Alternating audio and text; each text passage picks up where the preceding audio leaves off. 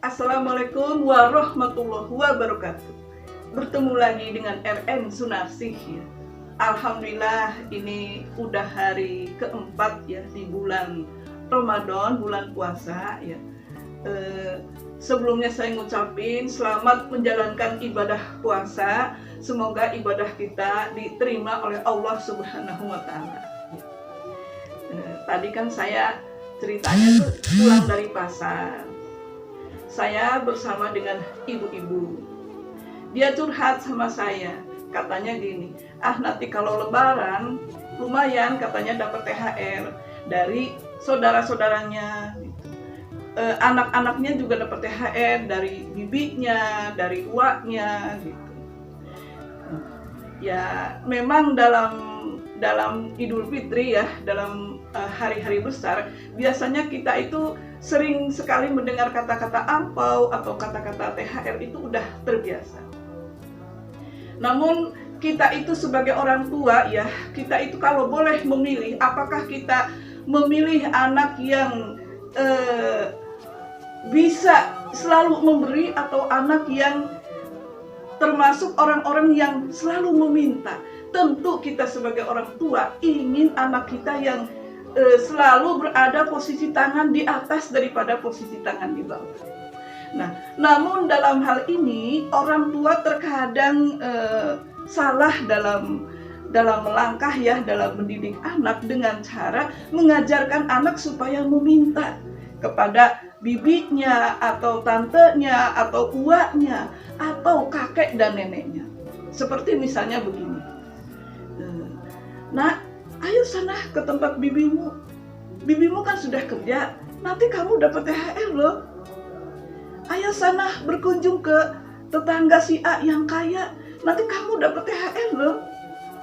Ayo sana ke kakek nenek, siapa tahu nanti kamu dapat uang. Selalu kata-kata seperti itu diungkapkan oleh orang tua yang kurang paham ya, bagaimana cara melatih mental anak supaya anak kita itu memiliki mental yang mandiri, artinya bukan mental peminta-minta, bukan mental pengemis.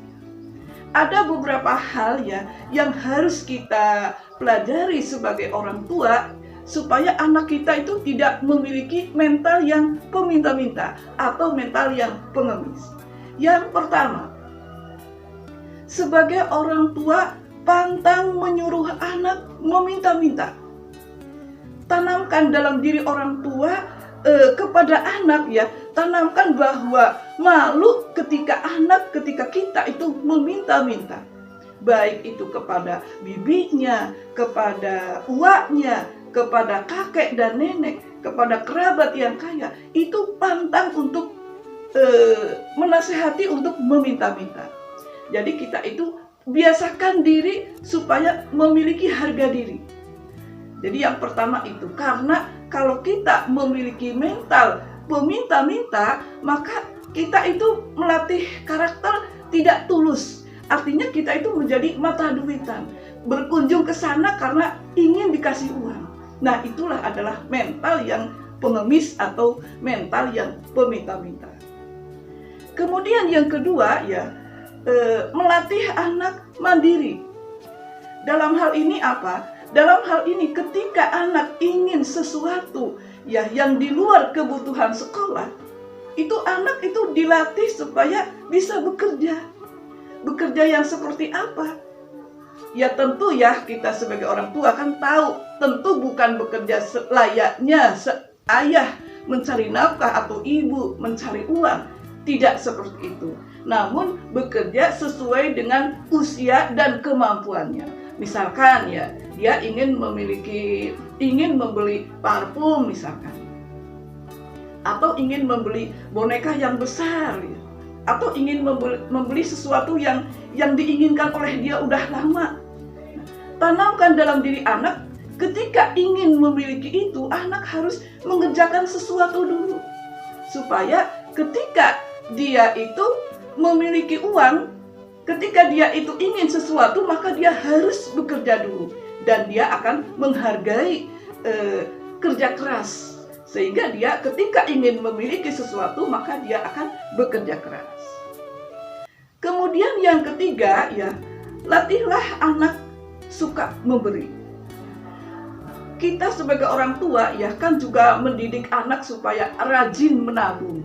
Tetapi tak kalah pentingnya, sama dengan rajin menabung, tak kalah pentingnya adalah tanamkan diri anak bahwa kita harus selalu memberi kepada orang-orang yang membutuhkan. Misalkan ya, misalkan begini, anak kita itu punya tabungan, kemudian ada temannya yang sakit. Lah, kita nasihatin anak kita supaya menengok temannya dan belikan sesuatu untuk temannya dari uang tabungannya dia. Nah, kalau kurang baru kita tambah. Kemudian yang selanjutnya adalah tanamkan dalam diri anak supaya tidak iri dengki kepada yang punya, kepada yang lebih ya, yang ekonominya lebih. Karena ketika anak merasa iri ya dengan temannya yang memiliki sesuatu yang bagus, itu anak-anak kita itu akan merasa bahwa wah, saya kok nggak punya ya. Jadi mental dia itu jadi pingin dikasihani, sehingga dia mengeluh kepada orang tua, pingin beli ini, beli ini. Nah, seharusnya anak itu dilatih dan diberitahu mana kebutuhan primer, mana kebutuhan sekunder, dan mana kebutuhan tersier, supaya dia itu bisa mengalokasikan uang yang ada di dirinya dan mengelola uang tersebut dengan sebaik-baiknya. Jadi tanamkan dalam diri anak ya, kita itu harus pandai bersyukur dan tidak iri ketika melihat orang lain berkemampuan. Kemudian yang selanjutnya adalah ajarkan anak memanage uang atau mengelola uang. Seperti yang saya katakan tadi ya, ajarkan anak itu apa itu kebutuhan primer, apa itu kebutuhan sekunder, apa itu kebutuhan tersier. Ya kalau untuk ukuran anak kan biasanya primer dan sekunder saja ya.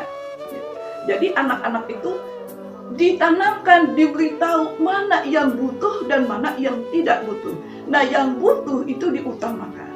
Jadi anak-anak kita itu dilatih untuk mengetahui skala prioritas yang terpenting dan tidak penting. Jadi penting sekali sebagai orang tua untuk melatih mental anak supaya tidak memiliki mental pengemis atau mental peminta-minta. Wajar ya kalau dalam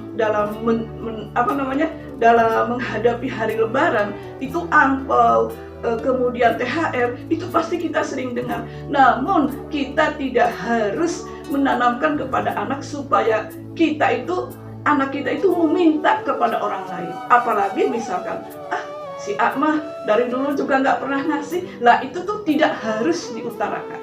Karena kalau kita berbicara seperti itu kepada anak kita, otomatis anak kita akan memiliki mental yang kecil ya, memiliki mental yang ingin dikasihani, ingin diberi. Jadi selayaknya anak kita menjadi anak yang mandiri, anak yang memiliki harga diri, anak yang soleh dan soleha. Mungkin itu saja dari saya ya, mudah-mudahan manfaat. Selamat menjalankan ibadah puasa. Wassalamualaikum warahmatullahi wabarakatuh.